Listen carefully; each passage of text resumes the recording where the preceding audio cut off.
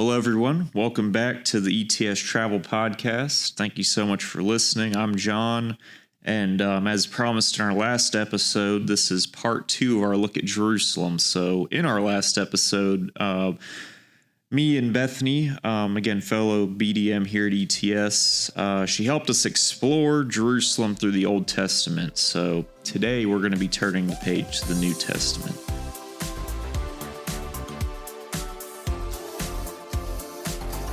Thank you all for listening today.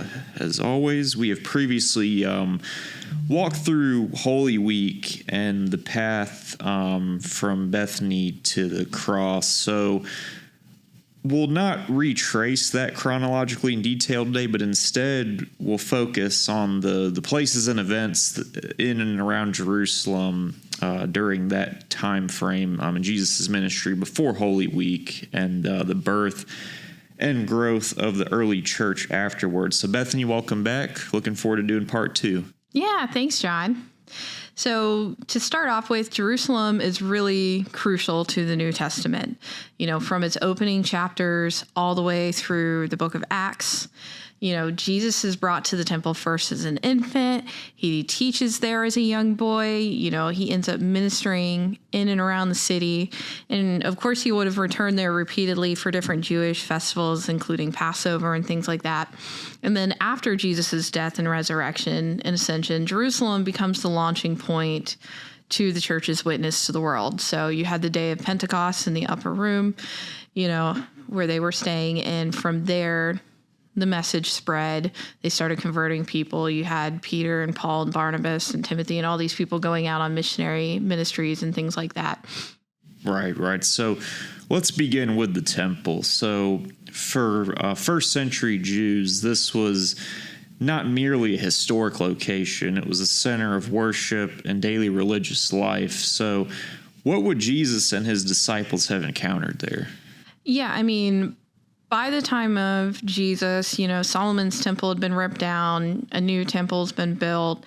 That's been extensively renovated and expanded under Herod the Great because he was, the colossal builder. He built Masada and the Herodian and all these other things. So, it was a big deal to him to kind of put his stamp on the temple and make it as grand as he could. It was larger, much more monumental than the temple rebuilt after the initial exile.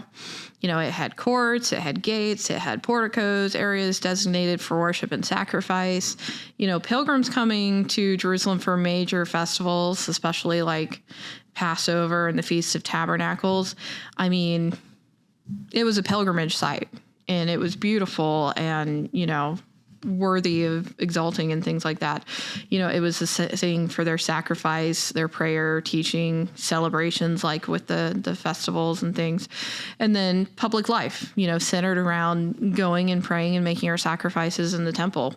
There were an entire economy tied to raising up animals and then selling them outside or within the temple for the sacrifices. It was a very, very big part of the economy of Jerusalem and daily life. So today, travelers should remember the Temple Mount.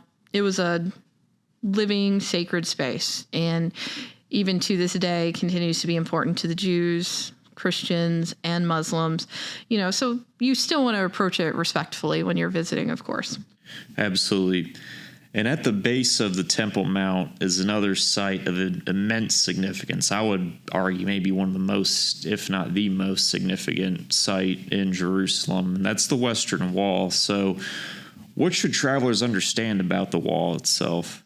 Yeah, so the Western Wall is part of the retaining wall system that supported the expanded Temple Mount. So, the Temple Mount was much smaller, and if you go and see it today, it looks like perfectly squared. So they basically expanded kind of the hilltop and built it up so that they could make it a larger platform, build a bigger temple, expand it, and all those kind of things.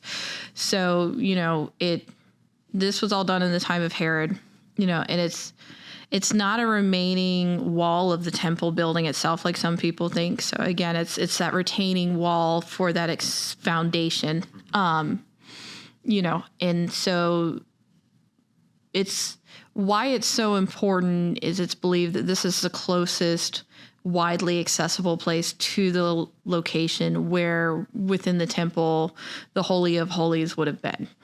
So there's no temple there now, but where they believe the Holy of Holies was located, this western retaining wall, they think that's the closest they can get to it, where it was. So for the Jewish people, the Kotel is an enduring place of prayer, grief, celebration, and longing connected with the temple in Jerusalem. To this day, when you're visiting the Western Wall, there will almost always be somebody celebrating a bar mitzvah or a bat mitzvah. So they're still celebrating here. There will be people when they're grieving that are going here to pray. When it's during a certain special religious period, large amounts of people are going to pray because, again, they think this is the closest they can get to the temple and to the Holy of Holies. So you even see today, there's still celebration and grief in the same place. And visitors are often seen writing prayers and placing them within the crevices in the wall, people praying at the wall. The site is a powerful reminder that the temple's destruction did not end Jerusalem's central place in the Jewish faith and identity. And of course, visitors, just like if they were going up onto the Temple Mount and being respectful for the mosque up there, visitors have to be respectful when they're visiting the Western Wall and observe the site's guidelines and dress and act respectfully. Just like we tell you when you're walking into a church, you need to have your shoulders and knees covered and those kind of things. You still want to be dressed respectfully when you're visiting the Kotel area. Don't go in shorts and a tank top. Absolutely. And then for men, of course, to be respectful to the Jews praying in their faith, they do expect you to have your head covered. So if you don't have a hat or something to throw on, they will give you a little paper kippah that you wear while you're in the Western Wall area if you're wanting to approach it to pray.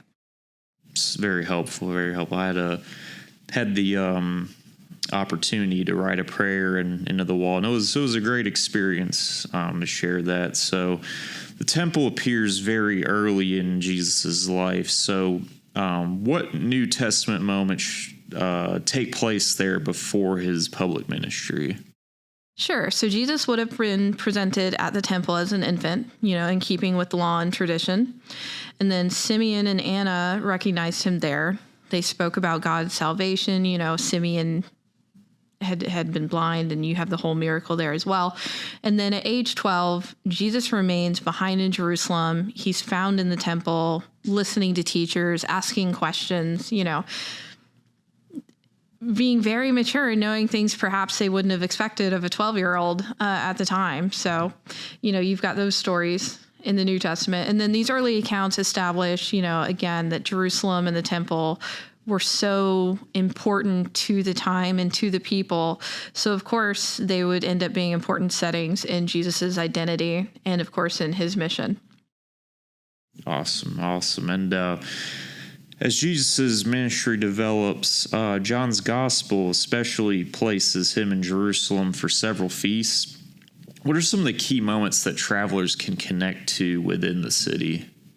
Sure. So Jesus taught publicly in Jerusalem during festival seasons, including they talk about the Feast of Tabernacles or Feast of Booths or Sukkot, and the Feast of Dedication, better known as Hanukkah or the Festival of Lights.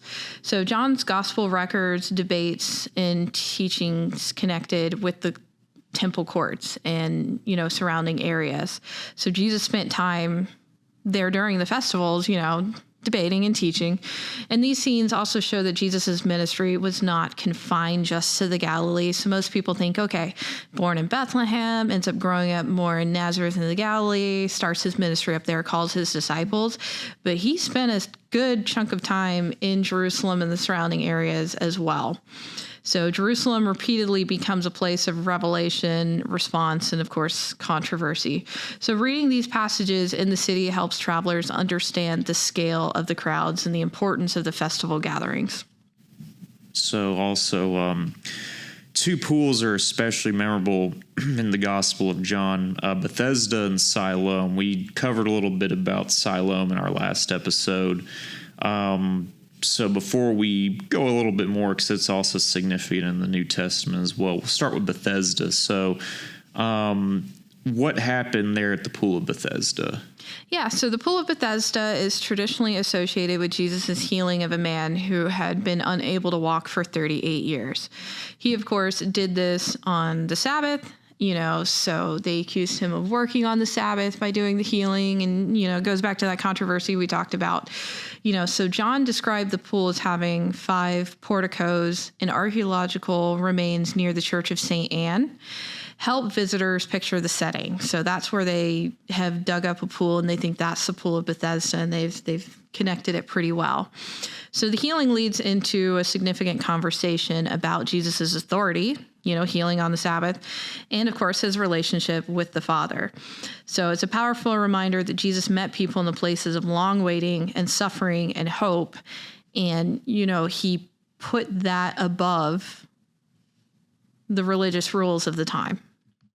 Awesome. And the Pool of Siloam, I know we covered a lot of this last episode, but maybe some weren't able to catch that, and also it's of great significance in the New Testament as well. So Pool of Siloam takes directly into the landscape and water systems of ancient Jerusalem, which again, we did cover that. So how did the Pool of Siloam, the Gihon Spring, and Hezekiah's Tunnel fit together, if maybe some folks didn't listen to the last one? Yeah, we'll do a refresher course here. So the Gihon Spring, this was ancient Jerusalem's vital natural water source. So it's right there under the mountain. They had the fresh spring water. So in the 8th century BC, Hezekiah's Tunnel redirected water from the spring through the city of David, kind of into the fortifications of the city, so you didn't have to go outside the city to get the water anymore, and diverted some of it into the Pool of Siloam, helping protect Jerusalem's water supply during the Assyrian threats and war. Now, by the 1st century, the Pool of Siloam was an important gathering and purification site. So pilgrims coming in from the Pilgrim Road would have ended up at the Pool of Siloam, where they were expected to bathe and cleanse themselves before entering the temple complex. In John 9, it talks about Jesus sending a man born blind to wash in the Pool of Siloam, and the man returns to him able to see. So another miracle that took place here. The miracle becomes more than just a physical healing. It leads to a discussion about spiritual sight and blindness, getting consumed in our own natures and what's going on in our lives, and losing the bigger spiritual picture. You can kind of connect those things. So the extensive archaeological work in recent years has really paid off. In the last episode, I talked about it, but I'll share again. When I first went to the Gihon Spring in 2005, my first trip to Israel, you kind of walked into this little cave, and there's the spring, like you could touch the water, and that was it. And they've excavated so much more with opening up Hezekiah's Tunnel for you to visit. They've now excavated most of the Pool of Siloam, so you can truly see what it looked like, and picture what ancient visitors, where they would have bathed and those kind of things before visiting the temple. All this work is uncovered more and more, helping visitors get a better understanding of its scale and importance. So we've added it to many of our itineraries, because it's really worth doing a visit to the city of David, excavations, and seeing all of this. So together, these major sites connect Old Testament engineering, 1st century pilgrimage in the time of Jesus, and Jesus's ministry in one walkable, accessible part of Jerusalem. Awesome. Thanks for giving us that refresher there for those that missed the last episode. So Jerusalem's location also matters, of course. So Bethany and the Mount of Olives sit just east of the city, and they appear often in the Gospels. How do they help us understand Jesus' ministry before Holy Week?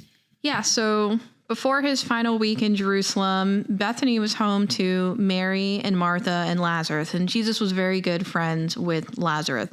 And it was close enough to Jerusalem to be a natural place of rest and fellowship for Jesus. So, he would often spend time with his friends there, and then go into the city and minister, and then return again to hang out with Lazarus and Mary and Martha.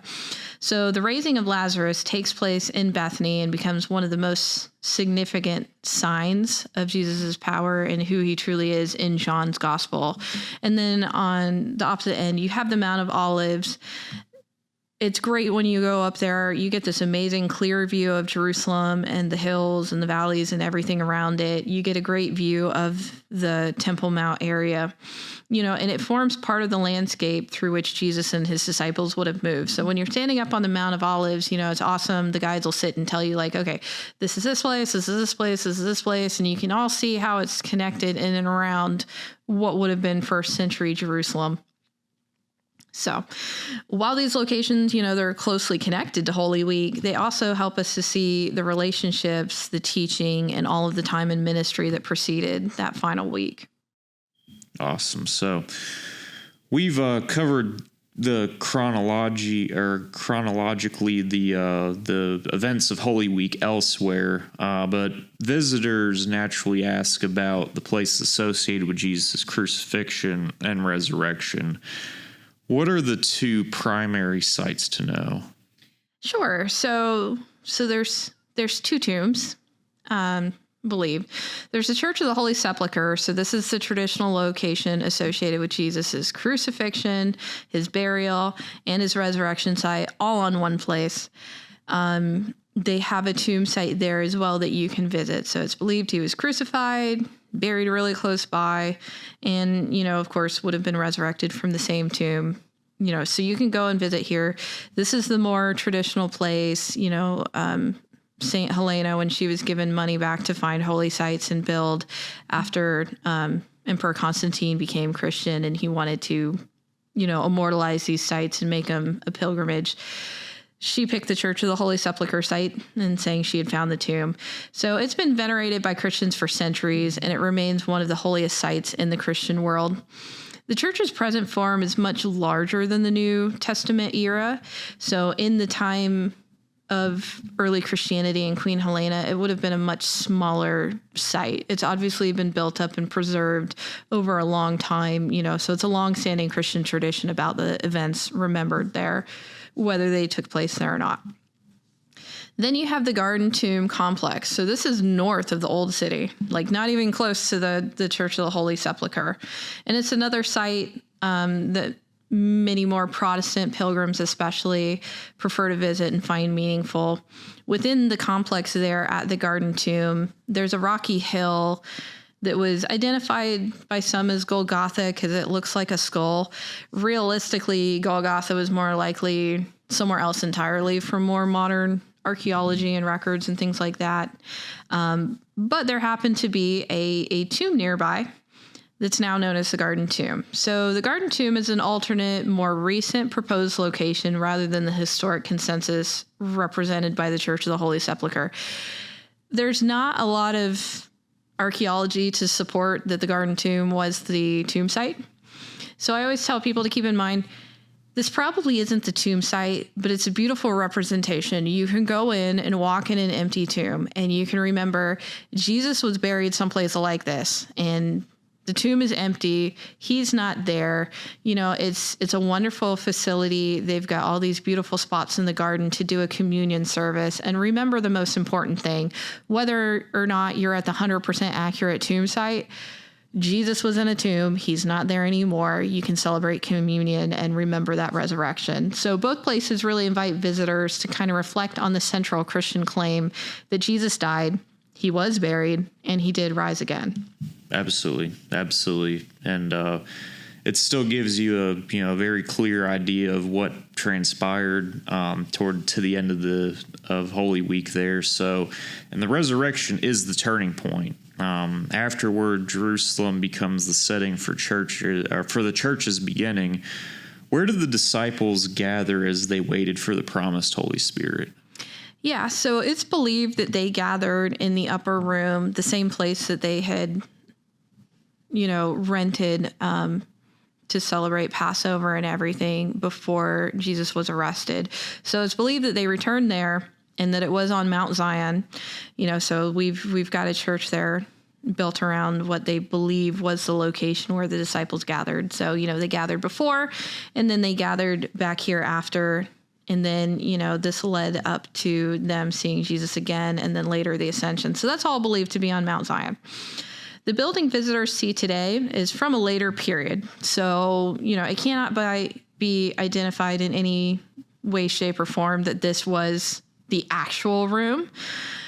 But, it's at least pretty close to the site. Like, we know it all happened on Mount Zion. Right. So Christian tradition has also connected the current upper room site with the home of John Mark's family. So again, it leads to like, this wasn't the room, but it was probably pretty close by.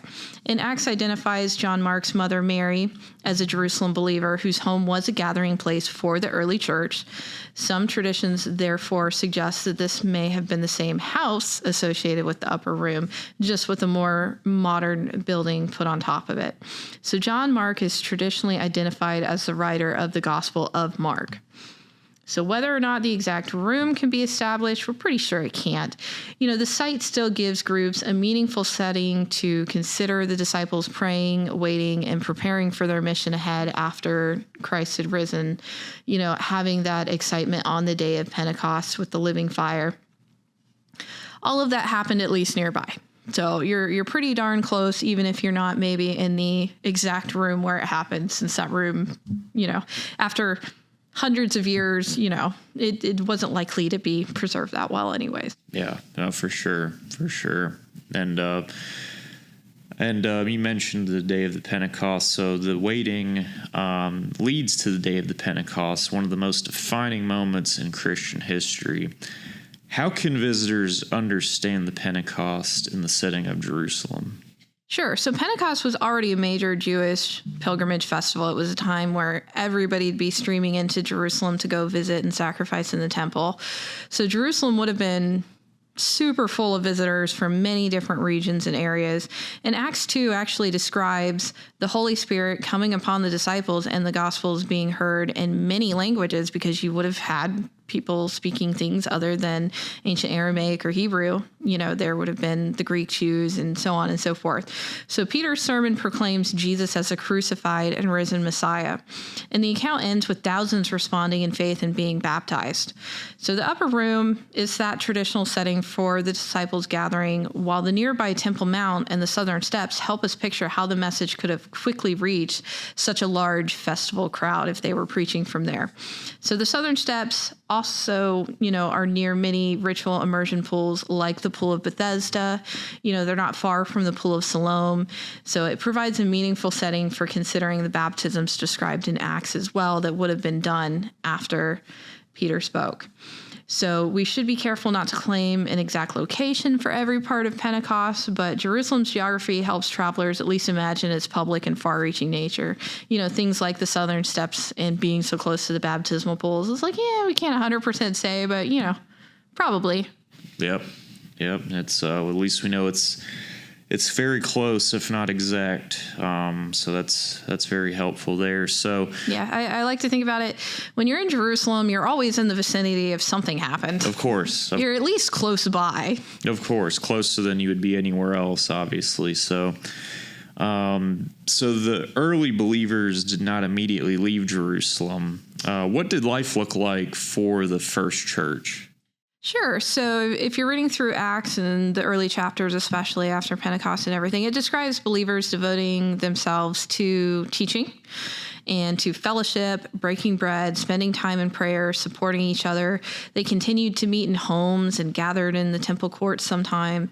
The church shared resources generously, caring for people in need. It talks a lot about how, they were to go and sell their belongings to support the ministry and things like that. So Jerusalem was the first center of Christian community, worship, teaching, and mission, and then it would go on and spread out from there. Awesome. And the book of Acts also makes clear that the church's growth brought opposition. What events in Jerusalem mark that shift? Yeah, you have Peter and John healing a man at the temple gates. So that led to a public proclamation about Jesus. That obviously didn't make the people, running the temple very happy. The apostles get questioned and warned by the Jewish religious authorities, like to keep that out of our backyard. Stephen ends up being arrested. He gives a speech tracing Israel's history, and he ends up becoming the first Christian martyr. And if you haven't read Acts in a while, going back and reading Stephen's testimony and tracing the history and the lineage of Jesus and connecting it all, it's really good read. But he did become the first Christian martyr because of that, and persecution followed, and believers began to scatter beyond Jerusalem. That's how you end up with Saul hunting and killing Christians in and around Jerusalem and heading out on the road to Damascus, trying to track more of them down before, he gets blinded and Jesus appears to him and heals him, and he converts to Christianity and becomes Paul. So, this is all happening in Acts, in post the time of Pentecost. So what looks like a setback, them all kind of being dispersed and driven out of Jerusalem for the most part, it becomes a very, very important part of the church's wider mission, as the message moves into Judea and Samaria, moving on into, what's modern Syria and Damascus, and then continuing on through Europe and ending up in places like Athens and Rome. Gotcha. So Jerusalem remains important even as the gospel spreads. What later New Testament events bring us back to the city? Sure. So the Christians didn't entirely abandon Jerusalem. So you had the Jerusalem Council in Acts 15 addressing whether Gentile believers must follow the full requirements of Jewish law. And this is something that is still hotly debated to this time. Was the law replaced? Should you still follow the laws from the Torah? There's different opinions and thoughts, and it goes back and forth even to this time. But they were debating it all the way back in the first century too. So the council's decision affirms that Gentiles are welcomed into the people of God through faith. They don't have to first become Jewish and be circumcised and all of that. So Paul later returns to Jerusalem, where he ends up being arrested after a conflict at the temple. Paul really liked getting thrown in jail. Happened a lot. Yeah. That's like half the churches throughout Europe or places, Yeah. Yep. Paul was imprisoned, especially going through, like Italy. Yep. So his arrest begins a chain of events that eventually takes him to Rome, ending up in Mamertine prison, showing again how Jerusalem connects to the wider mission of the church and its growth. Awesome. Yeah, he did seem to end up in prison quite a bit. Either that or wrecking his ship. Yep. Weather was rough. Sure did. All right, so we're going to bring it to a close now. So before we do that, what do you hope travelers take away from seeing Jerusalem through the New Testament? Yeah, so, in the last episode, we talked a lot about the Old Testament places, but for this one, Jerusalem really is a place where Jesus' ministry was publicly proclaimed. His death and resurrection happened here and are remembered, and where the church received its mission, to go forth and multiply, not just by having children, but by converting. So the city helps us see the gospel is rooted in a real place. Real people lived here in a complex and crowded world. You visit modern Jerusalem, it's very crowded because it's still such a holy place to so many. So, you go visit some other cities in modern Israel, and you go out into the West Bank and the Palestinian territories. No city is as large and as crowded and cramped and kind of crazy as Jerusalem. Not even Tel Aviv, the more modern, larger city. So, everybody wants to be in Jerusalem because it's still such a holy place to so many. So it reminds us, the good news was never meant to remain in Jerusalem, which is why, we as Christians don't have to go and live in Jerusalem. We can visit it and appreciate that stuff happened there, but our mission is still to continue to spread the gospel. From the beginning, it was always meant to go onward and outward. Absolutely. Well, thank you. We appreciate, as always, all your knowledge and insights, and helping our travel advisors understand these destinations. And Jerusalem is a big one, so it's important for us to do too, I think, on it. So thank you for that. And Jerusalem's story does not end within its walls. The risen Jesus sends his followers from Jerusalem to Judea, Samaria, and the ends of the earth. And that movement continues today through all of us believers, wherever you are. So thank you for joining the ETS Travel Podcast. Thank you for listening. As we said before, if there's any other destinations or any specific sites or places you want us to do a deep dive into that would be helpful for you, let us know. If we get enough people saying, one over the other, or maybe we'll have time to do, most of them, hopefully, in future episodes. But at least if you guys keep enjoying and liking and subscribing, we'll keep making new episodes for you and cover more topics. Absolutely. Well, thank you, everybody, for listening. If it's your first time listening to the ETS Travel Podcast, be sure to like, subscribe, go back and listen to old episodes. A lot of good knowledge there. And we'll see you on the next one. In the meantime, may the Lord bless you.